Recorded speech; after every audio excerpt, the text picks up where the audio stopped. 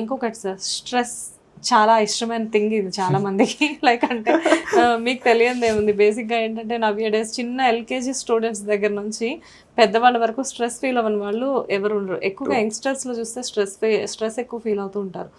Stress వల్ల కూడా gas అనేది చాలా ఎక్కువగా అవుతుంది అని చెప్పేసి అంటారు. రెండింటికి నిజంగానే కనెక్షన్ ఉంటుంది. there is a term called stress gastritis. Stress gastritis ఇది ఒక వర్డ్ ఉందా? అదొక వర్డ్ ఉంది actually. It's a medical terminology also. So ఇప్పుడు ఏమవుతుందంటే మనం స్ట్రెస్ తీసుకున్నప్పుడు అగైన్ ఆర్ హార్మోన్ లెవెల్స్ అన్ని చేంజ్ అవుతుంటాయి బాడీలో. దాంతోపాటు ఏంటంటే గ్యాస్ట్రిక్ యాసిడ్ అనేది ఎక్కువ సెక్రియేట్ అవుతుంటుంది. సో అది సెక్రియేట్ అయినప్పుడు ఏంటంటే లోపల ఉన్న మ్యూకోజల్ లేయర్ ఉంటుంది అనమాట. మన పొట్టలో యాసిడ్ అని చెప్పాను కదా, యాసిడ్ ఉన్నా కూడా మ్యూకోస్ అని చెప్పేసి ఒక లేయర్ ఉంటుంది అనమాట, షైనీ లేయర్. అది కింద ఉన్న మ్యూకోజా అనే ఒక చిన్న లేయర్ ఉంటుంది. మన నోట్లో కూడా షైనీ లేయర్ ఉంటుంది చూడండి, అట్లానే ఒక లేయర్ అనేది కవర్ చేస్తుంటుంది, దాన్ని ప్రొటెక్ట్ చేస్తూ ఉంటుంది. సో ఈ యాసిడ్ ఎక్కువ సెక్రెట్ అయ్యి అట్లా స్టోరేజ్ అవ్వడం వల్ల స్లోగా అవి డ్యామేజ్ అయ్యే అవకాశాలు ఉంటాయి. అదే కాకుండా ఈ మధ్య హెచ్ పైలోరీ చాలా వింటుంటాం, హెలికోబాక్టర్ పైలోరీ, బ్యాక్టీరియా అది ఇది అని వింటుంటాం. అవి కూడా దీంతో కలిపి ఆ లేయర్ అనేది కొంచెం డ్యామేజ్ చేస్తూ ఉంటుంది. అది డ్యామేజ్ చేసినప్పుడు ఈ అల్సర్స్ కానీ లేదంటే ఎరోషన్స్ అంటాం అనమాట, దెబ్బ తగిలినప్పుడు చిన్న చిన్న ఎర్ర చుక్కలు పడుతుంటాయి చూడండి, ఆ టైప్లో అవి ఫామ్ అవుతూ ఉంటాయి. సో దాని వల్లనే మనకి ఇబ్బందులు అన్నీ వస్తుంటాయి అన్నమాట.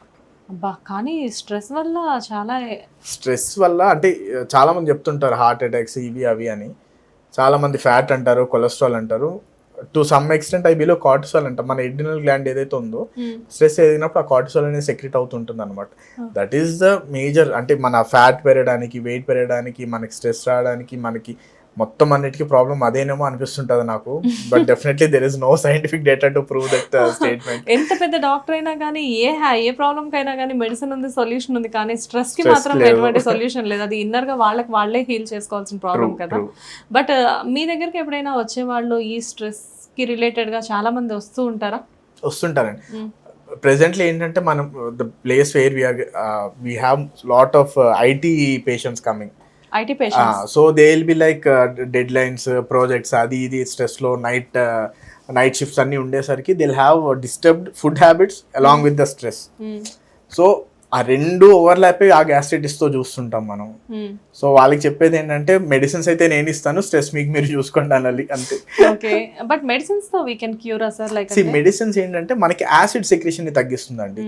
మనకి ఏమైతే గ్యాస్ మెడిసిన్స్ ఉంటాయో సింపుల్ గా వెళ్ళి గ్యాస్ మెడిసిన్స్ అని తీసుకుంటాము మెడికల్ షాప్ నుంచి, అది యాసిడ్ సెక్రేషన్ తగ్గిస్తుంది.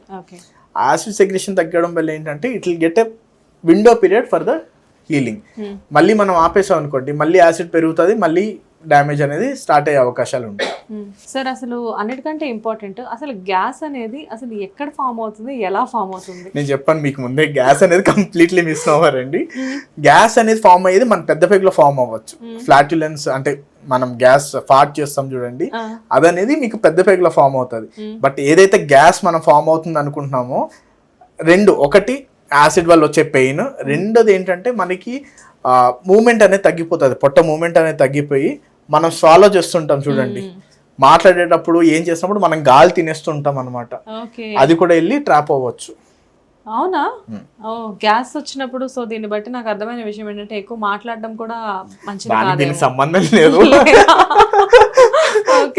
బట్ డెఫినెట్లీ అది ఏంటంటే మనం మాట్లాడేటప్పుడు మనం మింగుతూ ఉంటాము, ఎయిర్ అనేది ఎంట్రీ అవుతుంటుంది, అది మూమెంట్ అయ్యి ఫోర్స్ కాకపోయినప్పుడు gas that forms a very minor thing.